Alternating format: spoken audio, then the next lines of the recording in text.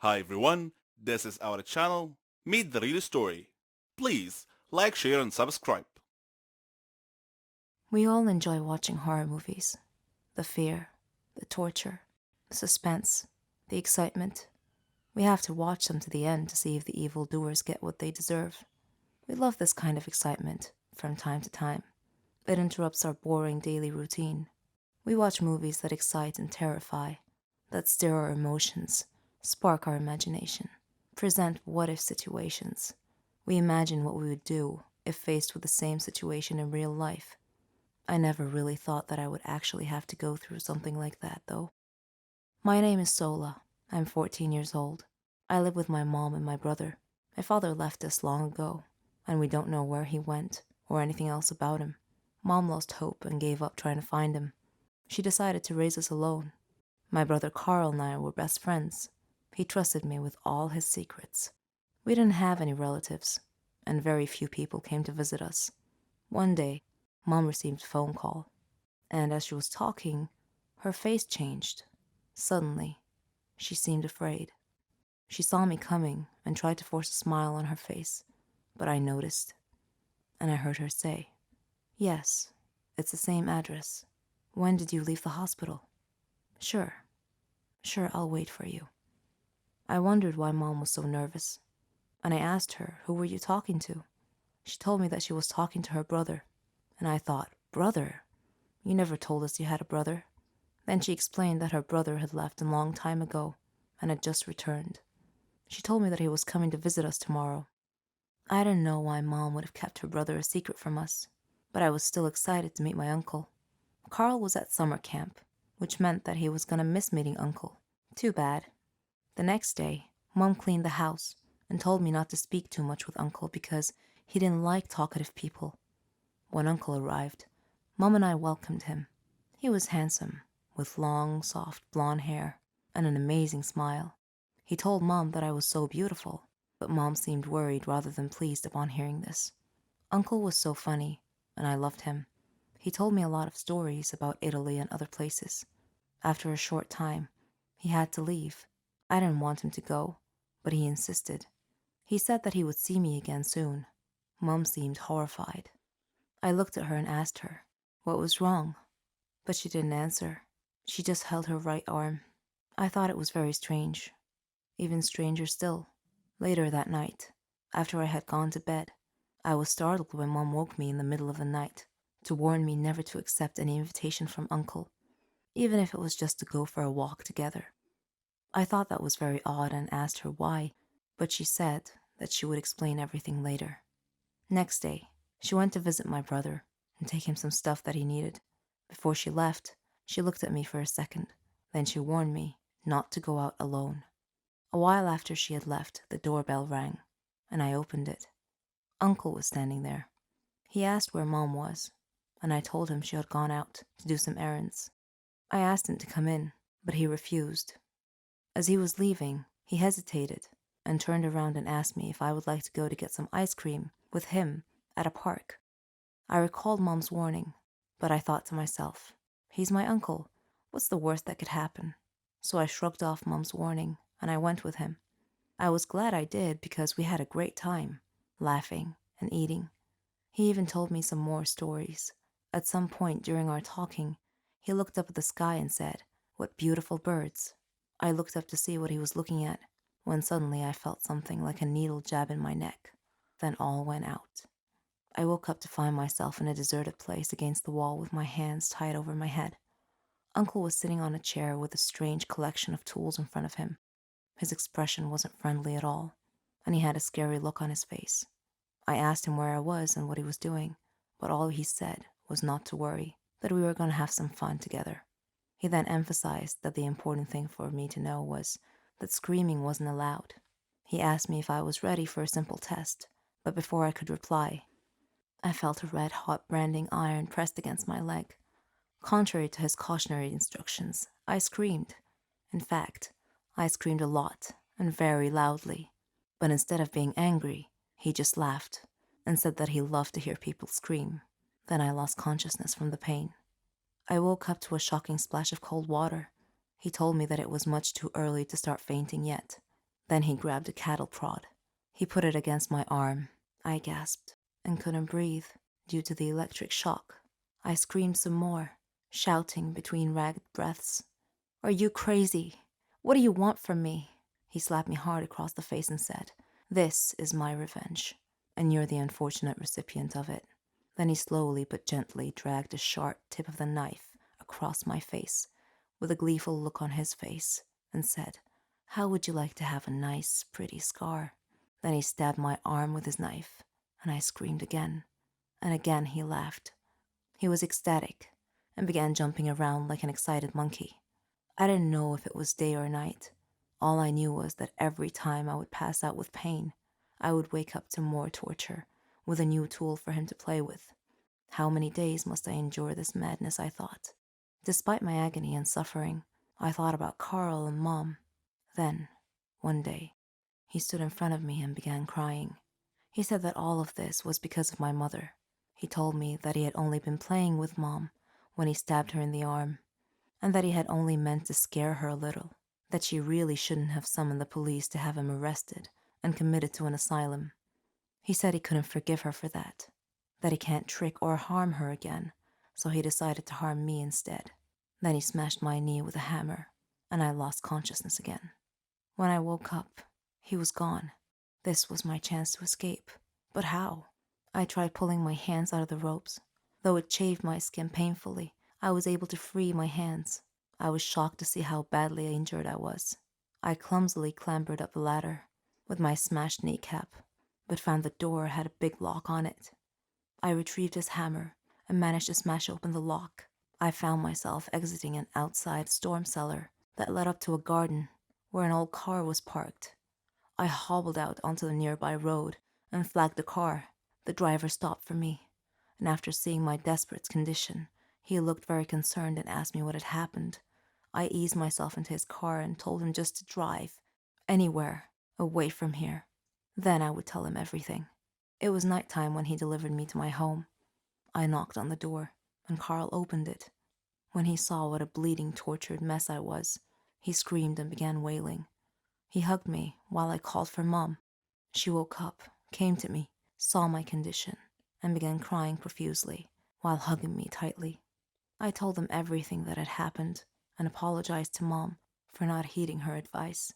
I asked them how many days I'd been gone, and I was shocked to know that my horrific ordeal had lasted 90 days. We called the police, and I took them to the cellar I was held prisoner in, but Uncle was long gone. Now I know Mom's secret, why she was afraid when he called, why she held her arm in Uncle's presence, why she warned me not to go anywhere with him. If only she had told me why, things might have been different. I have lived in fear of everything since that day.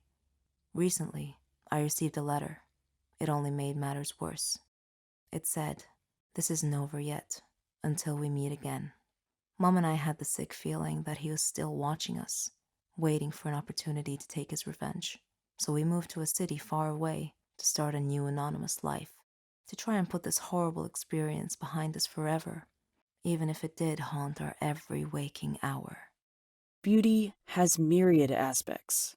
Some girls have a beautiful exterior, but with an ugly personality on the inside. Some are ugly on the outside, but have a beautiful personality. Some are average on the outside, but inside are very educated and elegant in behavior. This is where the idea of the Miss World contest originally came from.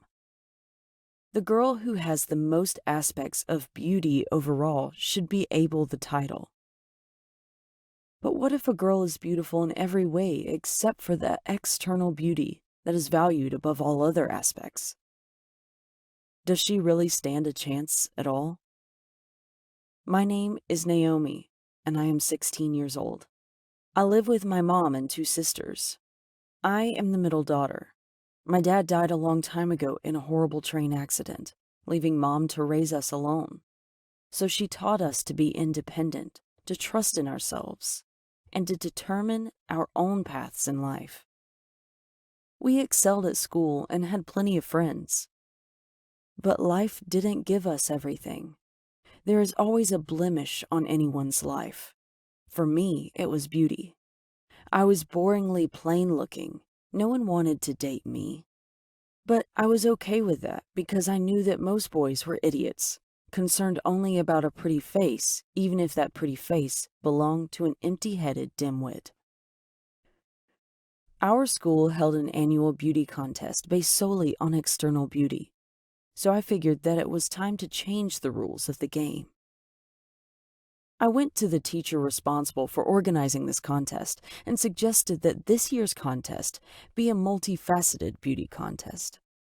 I explained about considering internal aspects of beauty, such as maturity, responsibility, social interactions, academic performance, environmental awareness, character, personality, talent, hobbies, aspirations, etc. The teacher smiled and told me that she didn't have the control in this matter, but said she would speak with the principal. She asked for 2 days to try to persuade him. The 2 days crawled by at a snail's pace, but I was rewarded by my new rules adopted for this year's beauty contest. It would focus on both the inner and outer aspects of beauty. The student body was divided on the issue. My group cheered the new rules, but Emily's group hated it. Emily had won the school's beauty contest for the previous 2 years. She was as beautiful as a Walt Disney princess. Long blonde hair, lovely soothing voice, green eyes, elegant posture, but snobbish, vapid, shallow, narrow-minded. She testily asked the air, "Whose idea were these stupid new rules?" "Mine," I answered simply. She glared at me and told me that the old rules had been the standing rules for eons and couldn't be changed. But I corrected her by telling her that everything changes. She dismissed me with a wave of her hand by telling me that it didn't matter, that she was a shoo-in to win anyway, regardless of any stupid rule changes. I read the flyer about the contest and the new rules. One facet to be evaluated was how well a student contributed to the school's goals of fostering kindness and learning. Another facet was one's talent and hobbies like poetry, drawing, acting, or singing. Another was general knowledge of the world. And yet another was about etiquette, politeness, and manners. I put my plan into motion to win this contest from vain, brainless Emily. Still, she seemed so confident that I felt like I had no real chance of actually beating her. The contest, which would span several days, began. The first phase of the competition was on the social aspects of beauty. Emily chose to woo the students by distributing roses and chocolates to them. In addition, she flirted with the more popular boys to get them and their friends to like her. Other contestants distributed different things to students. I needed to do something distinctive and unexpected, something genuinely useful. So I summarized the semester's school subjects for the students so they could study more easily and efficiently for their final exams. I also asked Mom to prepare healthy lunches for them. My ideas were well received. The next phase was general knowledge. The judges paired everyone with a rival. The winners of those pairs would then be paired repeatedly until only one winner emerged by elimination. I was paired with Emily. Favoring her external beauty, the judges asked her easy questions. Me? I got the challenging questions. But despite this biased treatment, I answered all the questions correctly. The next part was about artistic talent. Emily was an excellent actress. Imagine that. She portrayed a stage scene and won well-deserved praise for her performance. My talent was drawing. I drew an intricate drawing and recited a poem. My heart was pounding during my poem recital, but I managed to receive vigorous applause. Emily was staring daggers at me. If looks could kill, my death would have eliminated me from the contest at that very moment. The next phase of the contest focused on costumes. I told Mom that I didn't see how I could possibly beat Emily, but she continued to encourage me and believe in me. Her words inspired me. When I woke up that day, I was surprised by a new dress in my closet. It was so stylish and fit my form perfectly.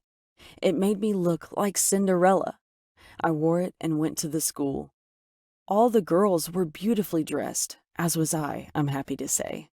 I did well in this phase. The final phase would be judged on external beauty. The judging began, and all the contestants were so beautifully made up, with expensive hairdos and elegant sparkly dresses, that my spirit plummeted as my chances of winning seemed almost nil. Then suddenly, I had a crazy idea. I whispered in Mom's ear and went into the restroom. When they called my name, I walked up onto the stage in clean, neat, everyday school clothes, with no makeup and no fancy hairdo. Just plain old me. I asked the judges for permission to speak, and they allowed it. Directing my speech to the students present, I explained that my external appearance was not what true beauty was about. Yes, I could dress up and smile for one day to impress the judges. But what about the other days of the year? People's outward appearance should be respectful, decent, and proper all the time. When I finished my speech, it was met with enthusiastic applause, even by the judges. Now it was time to announce the overall winner of the contest. As is typical, they announced the third-place winner, then the second-place winner. I hadn't heard my name yet and was sure that Emily's name was about to be announced for first place. When I heard my name announced for first place, I screamed with joy. I couldn't believe it. Everyone was cheering for me, and Mom was looking so proud. After the contest was over, a shy but well-mannered and well-behaved boy came over and asked me for a date. I turned toward Emily and smiled sweetly. She didn't return my smile. Well, long story short, a plain Jane, me, won the overall contest and proved that even an ugly duckling can be loved for its inner beauty.